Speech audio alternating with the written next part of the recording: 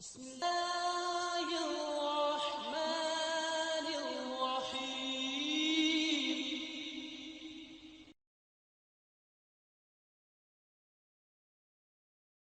إن الحمد لله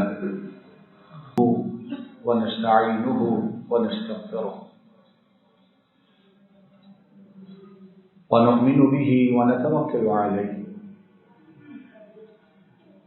ونعوذ بالله من شرور أنفسنا ومن سيئات أعمالنا من يهده الله فلا مضل له ومن يضلل فلا هادي له وأشهد أن لا إله إلا الله وحده لا شريك له وأشهد أن محمدا عبده ورسوله صلى الله عليه وسلم. أما بعد فإن خير الحديث كتاب الله وخير الهدي هدي محمد صلى الله عليه وسلم وشر الأمور محدثاتها وكل محدثة بدعة وكل بدعة ضلالة وكل ضلالة في النار. اللهم صل على محمد وعلى آل محمد كما صليت على إبراهيم وعلى آل إبراهيم إنك حميد مجيد. اللهم بارك على محمد وعلى آل محمد كما باركت على إبراهيم وعلى آل إبراهيم إنك حميد مجيد. أعوذ بالله من الشيطان الرجيم. بسم الله الرحمن الرحيم. وأفوض أمري إلى الله إن الله بصير بالعباد.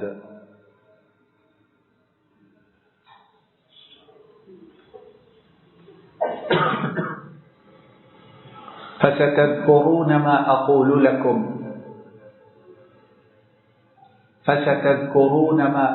لكم وأفوض أمري إلى الله إن الله بصير بالعباد.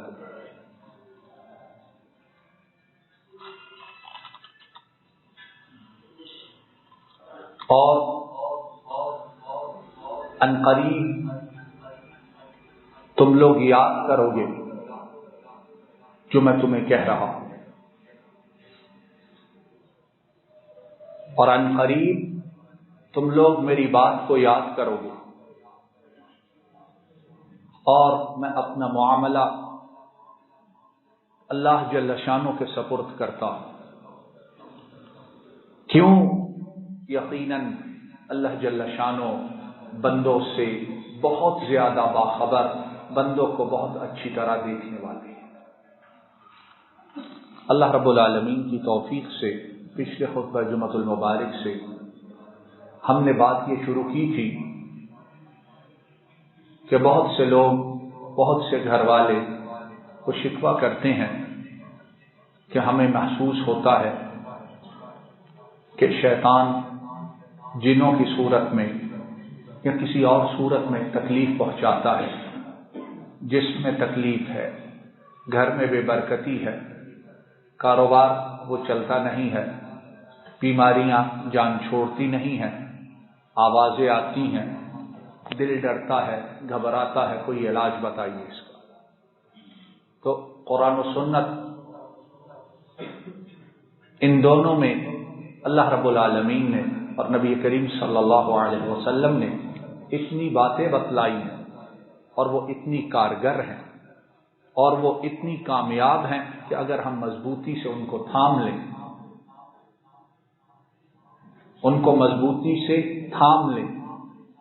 اور پھر اس کے بعد ان پر استقامت اختیار کریں.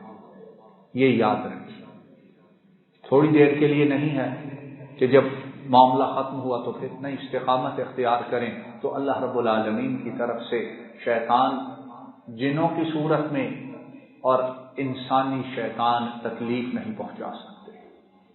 تو ہم نے دو باتیں کی تھیں. پہلی بات یہ ہے علاج کے لیے جنوں سے اور اسی طرح کی مخلوقات سے جان چھڑانے کے لیے سب سے پہلی بات یہ ہے کہ عقیدہ توحید بہت مضبوط ہو. عقیدہ توحید وہ دل دماغ میں سمایا ہو، عقیدہ توحید خون کے ساتھ دوڑا ہو.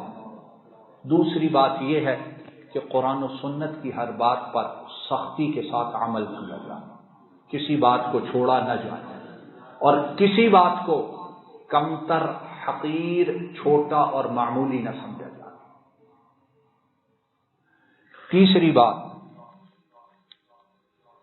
کہ اللہ رب العالمین پر توکل کیا جائے.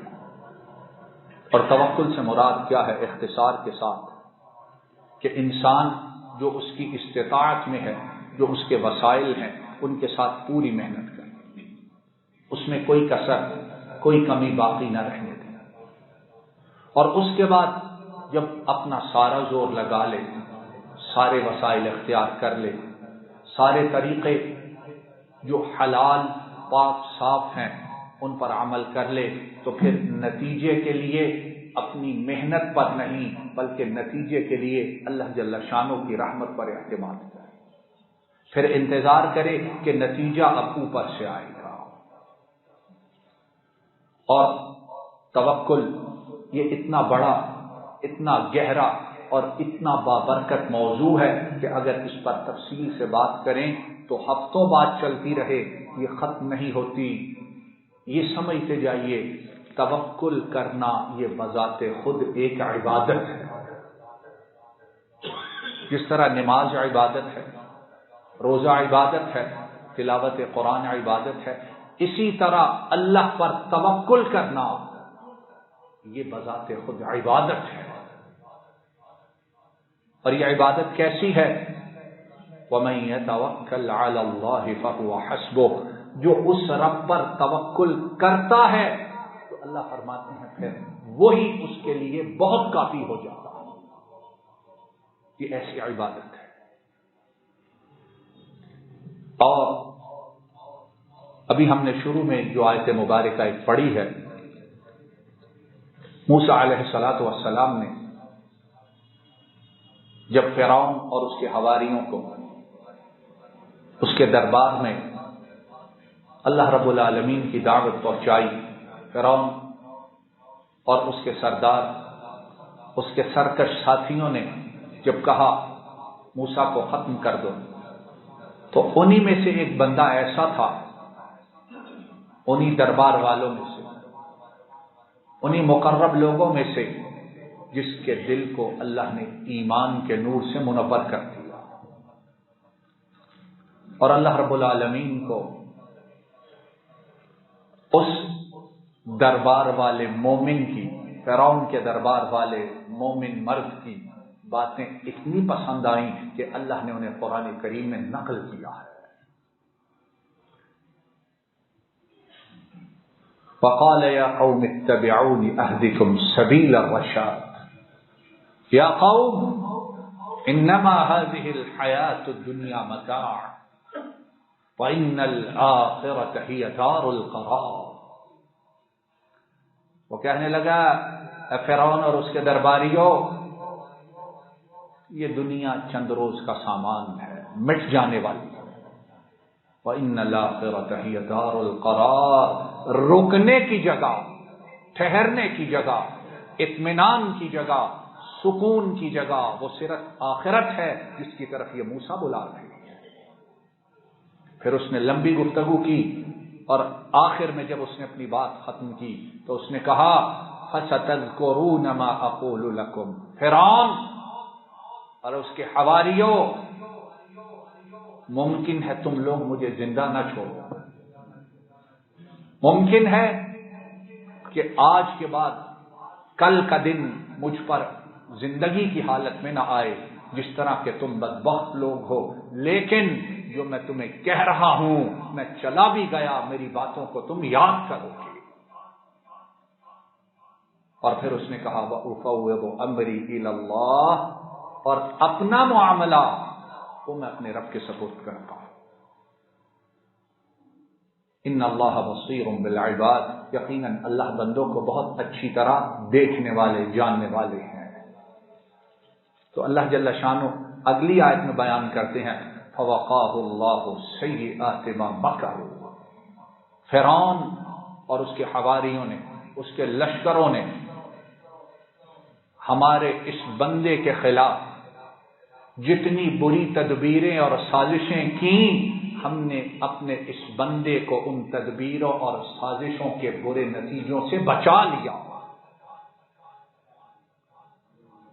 وحاق بآل فرعون سوء العذاب، اور فرعون اور اس کے حواریوں پر، آل فرعون پر ہمارا شدید عذاب نازل ہوا۔ اکیلے کو اللہ نے کن کن سے بچایا؟ تو تیسری بات یہ ہے کہ توکل اللہ جل شانہ پہ رکھا جائے۔ اور یہ مصیبت ایسی ہے خاص طور پر جو لوگ جن کی، سائے کی، شیطانوں کی، ان کی طرف سے تنگی کی شکایت کرتے ہیں، ایسے مواقع پر بہت دفعہ یہ ہوتا ہے کہ آدمی باوجود موحد ہونے کے توحید کی دولت کھو بیٹھتا ہے۔ ہر شخص اپنے آپ سے پوچھے، اپنے ارد گرد دیکھو، ہوتا ہے کہ نہیں اچھا بلا توحید والا، توکل والا، لیکن مصیبت لمبی ہوئی، جان جلدی نہیں چھوٹی ہے، تو پھر عرش والے کو چھوڑ کر اوروں کی طرف دیکھنا شروع کر دیتے ہیں کہ وہاں بھی جاؤ، وہاں بھی جاؤ، وہاں بھی جاؤ، وہاں بھی جاؤ۔ وَأُفَوِّضُ أَمْرِي إِلَى اللَّهِ، اگر شفا، اگر اطمینان، اگر بیماری لمبی بھی ہو گئی ہے تو وہ اس کے حکم سے ہوئی ہے، اور وہ جائے گی تب ہی جب اس کا حکم آئے گا۔ کسی اور جگہ جانا اس کے حکم کو نہ جلدی لا سکتا ہے، نہ اس میں تاخیر پیدا کر سکتا ہے۔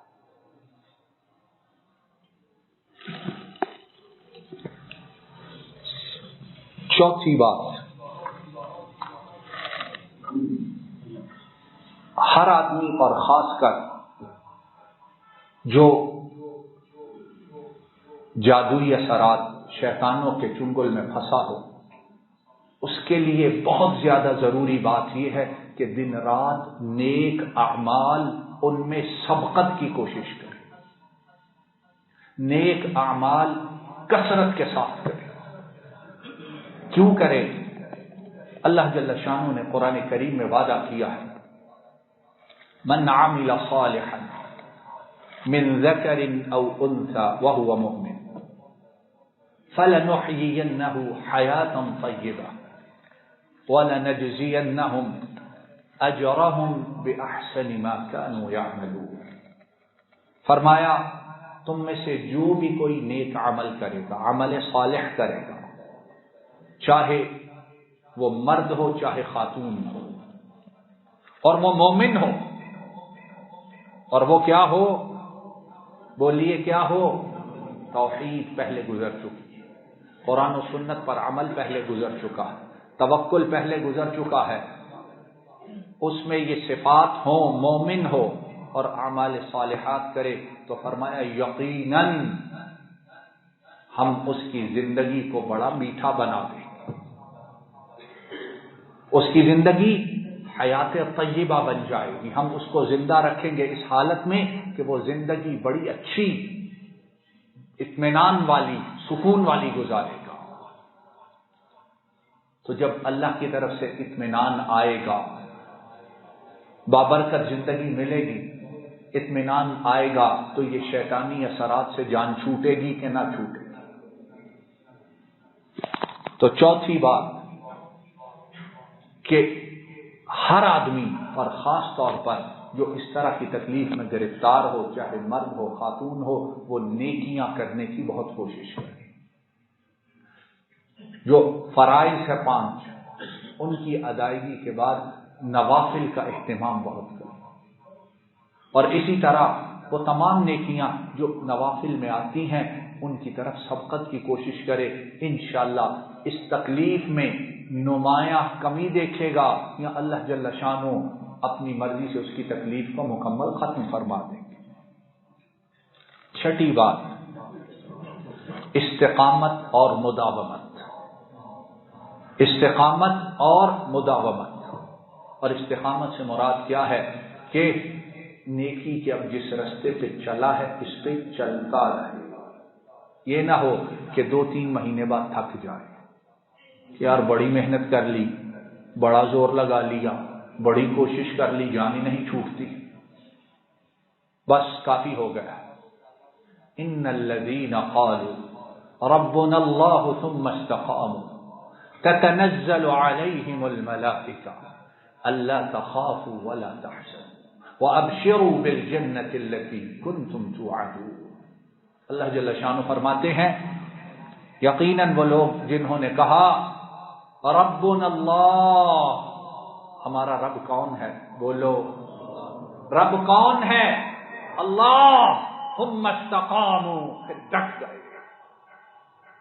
اب زندگی اسی پہ گزرے گی، موت اسی پہ آئے گی۔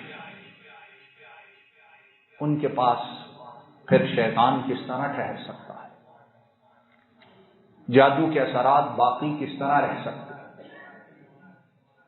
تتنزل علیہم الملائکہ، فرمایا ان پر فرشتے نازل ہوتے ہیں، اور جہاں فرشتے نازل ہوں وہاں شیطان، اور جہاں شیطان ہو وہاں فرشتے۔ تتنزل علیہم الملائکہ، ان پر فرشتے نازل ہوتے ہیں اور وہ انہیں کہتے ہیں اللہ تخافوا ولا تحزنوا۔ اور مفسرین نے بیان کیا کہ اس سے مراد یہ ہے موت کے وقت، تو موت کے وقت جن پر فرشتے نازل ہوں تو کیا باقی ساری زندگی فرشتے انہیں اکیلا چھوڑ دیں؟ علیہم الملائکہ اللہ تخافوا ولا تحزنوا، نہ ڈرو، جس طرف جا رہے ہو آگے کامیابی ہے، ولا تحزنوا، اور جو پیچھے چھوڑ کر جا رہے ہو اس کا غم نہ کرو، پیچھے بھی رب سنبھالنے والا اور آگے بھی اللہ تمہارا استقبال کرنے والا۔ وَأَبْشِرُوا بِالْجَنَّةِ الَّتِي كُنْتُمْ تُوعَدُونَ۔ تو 5ویں بات یہ ہے کہ جو نیکیاں، جو خیر کی راہ پہ قدم اٹھ جائیں، جن نوافل کو، جن نیکی کو اختیار کر لیں، کوشش کریں کہ اب یہ چیزیں مرتے دم تک چھوٹے نہ۔ 6ٹھی بات، اور وہ یہ ہے کہ نمازوں کی باقاعدگی کے ساتھ حفاظت کی جائے۔ مرد اول وقت میں 5 نمازیں اللہ کے گھر میں آ کے ادا کرے، جہاں سے آواز آتی ہے حی علی الصلاۃ حی علی الفلاح۔ بڑے لوگ ایسے جوان مرد، تکلیف ہوتی ہے، اثرات ہیں، لیکن یہ ہے، اور اذکار و وظائف بھی بڑے کرتے ہیں، دھواں بھی لیتے ہیں صبح و شام، اگربتیاں بھی جلاتے ہیں اور بہت کچھ کرتے ہیں، تسبیح بھی گھماتے ہیں، لیکن نمازیں وہ مسجد میں پڑھنا نصیب، دم درود کے لیے دوسرے شہروں میں بھی جاتے ہیں، لاکھوں روپے بھی دیتے ہیں، لیکن اس طرف آتے نہیں ہیں۔ جب تک نمازیں 5 سنت کے مطابق اللہ کے گھر میں ادا نہ ہوں گی، شیطان اور شیطانی اثرات وہ کیسے جائیں گے؟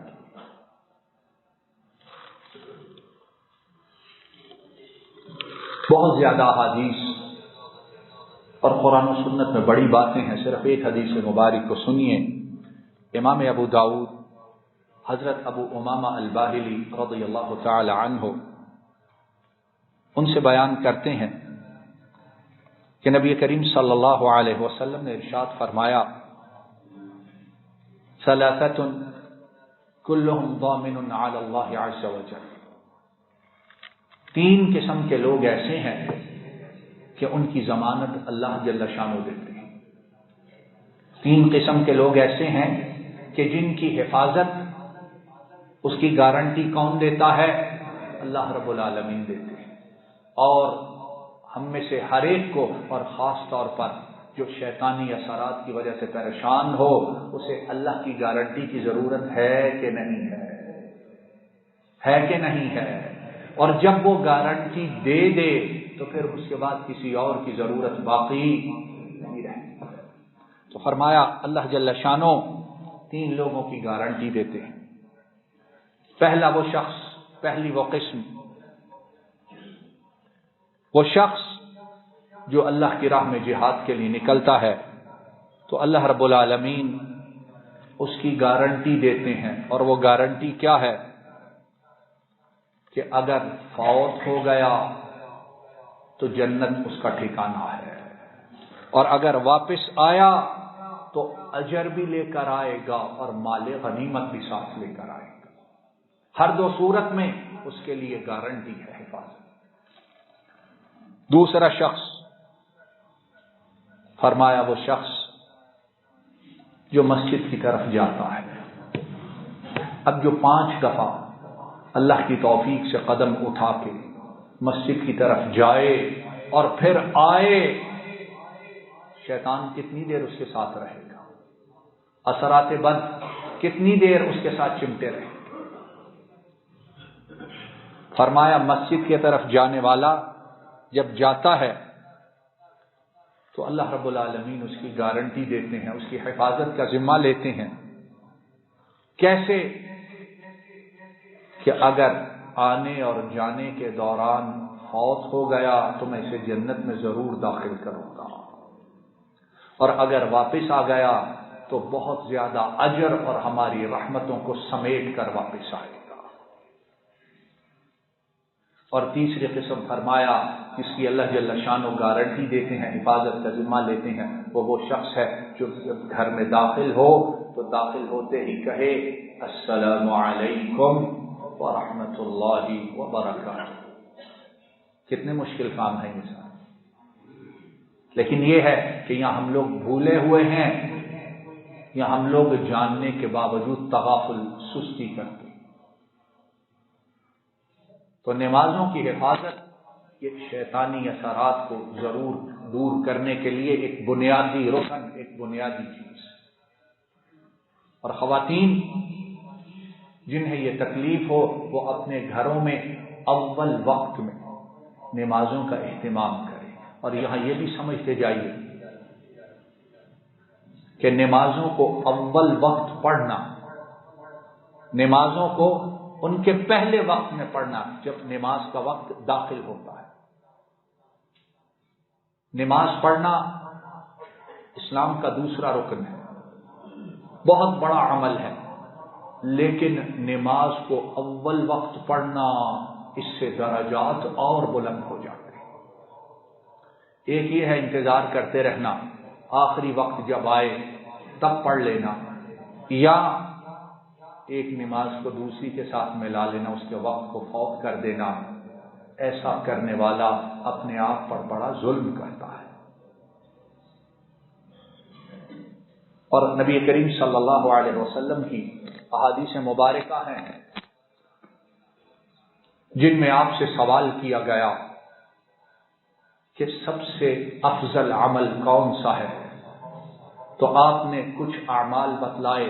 ان میں سے ایک عمل یہ ہے الصلاۃ علی اول وقتها، نماز کو اس کے پہلے وقت میں پڑھنا، جب وقت داخل ہو اور نماز ادا کرنا. اور خواتین عام طور پر گھروں میں یہ ہے کاموں میں مصروف ہیں، تو کیا ہے ظہر کی نماز وہ بالکل عصر کے قریب جا کے پڑھی. نمازی ہے، تلاوت کرنے والی ہے، روزے رکھنے والی ہے، لیکن گھروں کی مصروفیات میں نمازوں کو آگے پیچھے کر دیتی ہیں. ایسا کرنا خیر سے محرومی کا باعث ہوتا ہے. عصر کا وقت ہوا تو وہ نماز کو اتنا لیٹ کیا کہ قریب ہے سورج غروب ہو جائے پھر نماز ادا کریں. تو نمازوں کی پابندی کریں ہر 2، مرد اور خواتین، اس کے پہلے وقت میں، اور مرد مسجد میں آ کے ادا کریں اور خواتین اپنے گھروں میں نمازوں کو ادا کریں.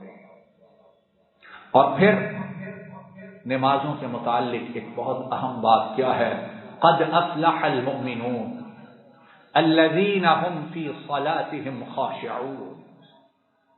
یقیناً وہ مومن کامیاب ہوئے. کون؟ وہ جو نمازوں کو بڑے خشوع و خضوع کے ساتھ ادا کرتے ہیں. وہ نماز کو کیسے ادا کرتے ہیں؟ ان تعبد اللہ کأنک تراہ فَإِن لَّمْ تَكُن تَرَاهُ فَإِنَّهُ يَرَاكَ، وہ رب کی عبادت ایسے کرتے ہیں گویا رب کو اپنی آنکھوں سے دیکھ رہے ہیں، اور اگر یہ نہ ہو سکے تو ان کے دل دماغ میں یہ احساس ضرور ہوتا ہے کہ عرش والا ہمیں دیکھ رہا ہے۔ جب نمازیں ایسی ہوں اور اللہ رب العالمین ہم سب کو ایسا ہی بنائے تو پھر خود سوچئے شیطانی اثرات کتنی دیر باقی رہ سکیں۔ جو قیام کرے روتے ہوئے، جو رکوع میں جائے اللہ سے استغفار کرتے ہوئے، جو سجدہ کرے اور اس کی آنکھوں سے عرش والے کے سامنے آنسو گریں، تو وہ مولا جو رحمان و رحیم ہے کس طرح برداشت کرے گا کہ میرے اس بندے اور بندی پر شیطان اپنا مسلط قائم رکھے۔ الذین هم فی صلاتهم خاشعون، تو نمازیں ہوں ان پر مداومت ہو، وقت کا خیال ہو اور خشوع و خضوع کے ساتھ ادا کی جائے۔ ساتویں بات شیطانی اثرات کو دور کرنے کے لیے، اور وہ بڑی اہم بات یہ ہے کہ صدقہ کا اہتمام کیا جائے۔ زکوٰۃ کے علاوہ، زکوٰۃ تو واجب ہے لیکن صدقہ کا اپنی استطاعت کے مطابق اہتمام کیا جائے، اور اس میں یہ ہے کہ اگر استطاعت 1 روپیہ دینے کی ہے تو اس کو دیتے ہوئے بھی نہ شرمائے، کیوں کہ جس کے لیے دے رہا ہے وہ ہمارے ظاہر اور باطن سب سے باخبر ہے۔ اور نبی کریم صلی اللہ علیہ وسلم ایک حدیث مبارک میں فرماتے ہیں اتقوا النار ولو بشق تمرۃ، جہنم کی آگ سے بچ جاؤ چاہے اللہ کی راہ میں دینے کے لیے آدھی کھجور ہو۔ تو ہر شخص، ہر مرد، ہر خاتون اپنی اپنی استطاعت کے مطابق صدقہ دے، اور اس نیت کے ساتھ دے کہ اللہ جس مصیبت میں تکلیف میں گرفتار ہیں اس سے اپنی رحمت سے ہمیں شفا عطا فرما۔ اور امام البانی رحمہ اللہ تعالی اپنی کتاب صحیح الجامع میں نبی کریم صلی اللہ علیہ وسلم کی حدیث مبارک لائے ہیں۔ آپ نے ارشاد فرمایا داؤوا مرضاکم بالصدقہ، اپنے مریضوں کا علاج صدقہ کے ساتھ کیا کرو۔ اپنے مریضوں کا علاج کس کے ساتھ کرو؟ صدقہ کے ساتھ کرو۔ اور نبی کریم صلی اللہ علیہ وسلم جو بات فرماتے ہیں وہ بات سچی اور کھری ہے کہ نہیں؟ تو یہ ہے کہ صدقہ کا اپنی اپنی استطاعت کے مطابق خوب اہتمام کیا جائے۔ 8ویں اور آخری بات آج کے خطبہ جمعۃ المبارک کی، اور جو باقی رہ جائیں گی انہیں انشاءاللہ آئندہ بیان کریں گے۔ 8ویں اور آخری بات یہ ہے کہ گھروں کو تصویروں سے پاک کیا جائے، اور وقت کے ساتھ ساتھ یہ مصیبت، یہ المیہ، یہ گناہ بہت زیادہ بڑھ رہا ہے۔ گھر آدمی داخل بعد میں ہوتا ہے، تصویریں، تماثیل، بت بنے ہوئے وہ پہلے شروع ہو جاتے ہیں، گیٹ سے شروع ہوتے ہیں اور گھر کی آخری دیوار تک چلتے ہیں۔ ڈرائنگ روم بھرا ہوتا ہے، کمرے وہ انہی کے ساتھ سجے ہوتے ہیں، اور ہماری اکثریت ایسی ہے لا الہ الا اللہ پڑھنے والے، اب تصویر کے متعلق بات کی جائے تو بہت سے لوگ بڑے نالا ہوتے ہیں، ناپسند کرتے ہیں کہ یہ کیا بات کرتے ہیں۔ پرانے دور کے لوگ، پرانے دور کے لوگ اور جدید تہذیب سے دور۔ سنو امام الانبیاء علیہ الصلوۃ والسلام کیا فرماتے ہیں۔ امام مسلم حضرت ابو ہریرہ رضی اللہ تعالی عنہ ان سے روایت کرتے ہیں، نبی کریم صلی اللہ علیہ وسلم نے فرمایا لا تدخل الملائکۃ بیتا فیہ تماثیل او تصاویر او کما قال صلی اللہ علیہ وسلم۔ فرمایا اس گھر میں رحمت کے فرشتے داخل نہیں ہوتے ہیں جن گھروں میں تصویریں ہیں یا جن گھروں میں بت بنا کر یا خوبصورتی کے لیے کیا کچھ بنا کر رکھا ہوتا ہے۔ فرمایا ان گھروں میں فرشتے داخل نہیں ہوتے ہیں۔ تو جب فرشتے داخل نہیں ہوں گے تو کون داخل ہوگا؟ گھر تو خوبصورت بن گئے بظاہر لیکن دل ویران ہو گئے۔ گھر بظاہر خوبصورت بن گئے لیکن گھروں سے برکت اٹھ گئی. گھر بظاہر شاندار بنا لیے لیکن رہنے والوں کو سکون نصیب نہیں ہے. وآخر دعوانا ان الحمد للہ رب العالمین. السلام علیکم ورحمۃ اللہ. یہ ڈاکٹر فضل الہی صاحب کا آفیشیل یوٹیوب چینل ہے. اس کو لائک، سبسکرائب اور شیئر کریں اور بیل آئیکن پریس کریں تاکہ نئے آنے والی ویڈیوز کا نوٹیفیکیشن آپ کو موصول ہو سکے. جزاکم اللہ خیر.